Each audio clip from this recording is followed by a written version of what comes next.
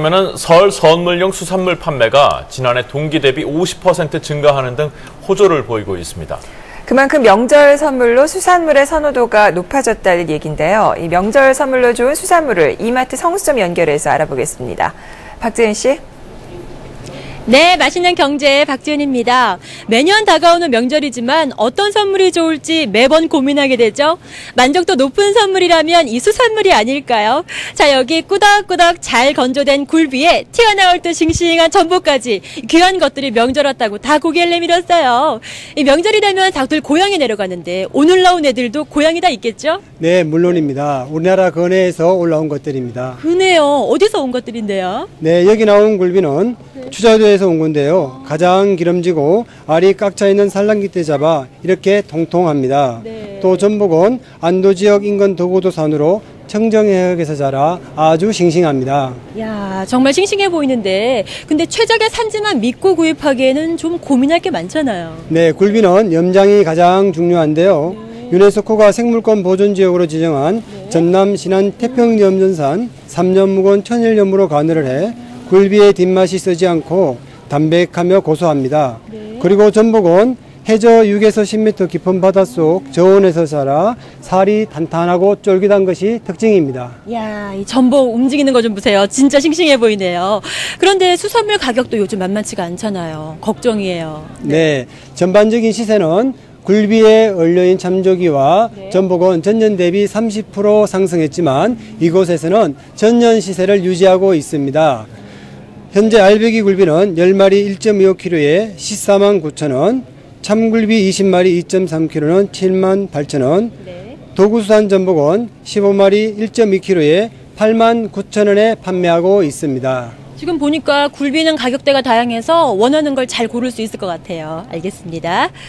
이 굴비와 전복, 왠지 모르게 둘이 공통점이 있을 것 같은데요? 네, 지은 씨 미리 공부하셨나 봐요. 한의학적으로 둘 다 눈을 밝게 해주는 수산물로 알려져 있는데요. 찬 성질의 굴비와 더운 성질의 전복은 궁합도 잘 맞습니다. 전복은 조리하실 때 우유를 넣으시면 육질이 부드러워지고 부족한 필수 아미노산도 보충할 수 있어서 좋습니다. 야, 멀리서 어울리는 걸 찾을 필요가 없겠네요. 알겠습니다. 자, 그럼 명절 때 받은 맛있는 굴비 잘 활용하는 법 알아볼까요?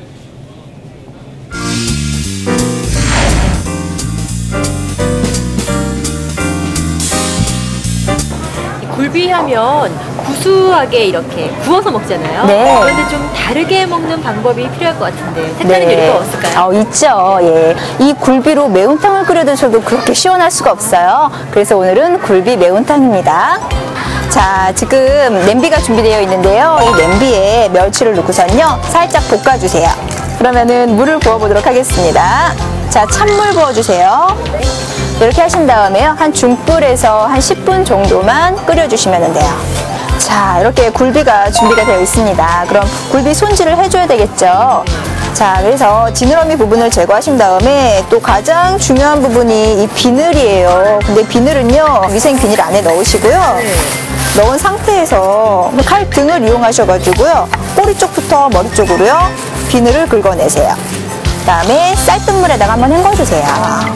아니, 그냥 물이 아니라 쌀뜨물을 이용하는 이유는 있나요? 예, 이럴 때 쌀뜨물을 이용하시면은요, 굴비에 비릿한 잡내가 싹 제거가 되거든요. 자, 멸치 육수가 준비가 됐잖아요. 그럼 이제 무가 중요해요. 맨 처음 단계에 넣어주세요. 자, 그 다음에 양념을 준비해 보도록 하겠습니다. 고춧가루 넣어주세요.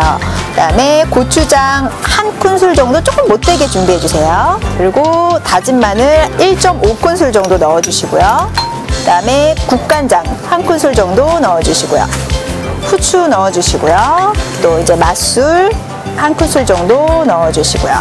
골고루 섞어주시고요. 한 반 정도만 무하고 같이 넣고서 우선 끓이시는데요. 자, 제가 한 5분 정도 끓였는데요. 무가 투명하게 됐어요. 나머지 양념 반을 넣어보고요. 손질하신 굴비 넣어주시고요.